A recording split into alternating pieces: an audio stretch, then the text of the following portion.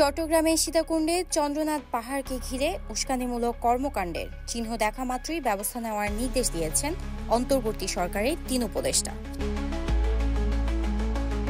আজ বুধবার রেল ভবনের সনাতন ধর্মাবলম্বীদের ঐতিহ্যবাহী চন্দ্রনাথ ধাম, কাঞ্চননাথ, চন্দ্রনাথ, আদিনাথ মাইন কমিটির নেতাদের সঙ্গে বৈঠকে এই নির্দেশনা দেন বিদ্যুৎ, জ্বালানি ও খনিজ সম্পদ উপদেষ্টা মোহাম্মদ ফাজুল কবির খান, প্রাথমিক ও গণশিক্ষা উপদেষ্টা বিধান রঞ্জন রায় পোদ্দার এবং ধর্ম উপদেষ্টা আফামো খালিদ হোসেন। প্রধান উপদেষ্টার প্রেস উইং থেকে পাঠানো সংবাদ বিজ্ঞপ্তিতে এই তথ্য জানানো হয়।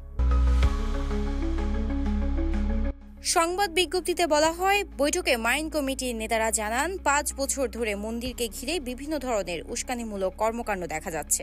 সম্প্রতি পরিবেশ নষ্টের অপচেষ্টা চলছে। তাৎক্ষণিকভাবে বৈঠক থেকে ৩ উপদেষ্টা মাঠ প্রশাসন, আইন শৃঙ্খলা রক্ষাকারী বাহিনী ও গোয়েন্দা সংস্থা কর্মকর্তাদের এই ব্যাপারে সজাগ থাকার নির্দেশ দেন। কোনো ধরনের উস্কানির চিহ্ন দেখলে সঙ্গে সঙ্গে কঠোর ব্যবস্থা নেওয়ার নির্দেশ দেন। News desk, CTG post, Chittagong.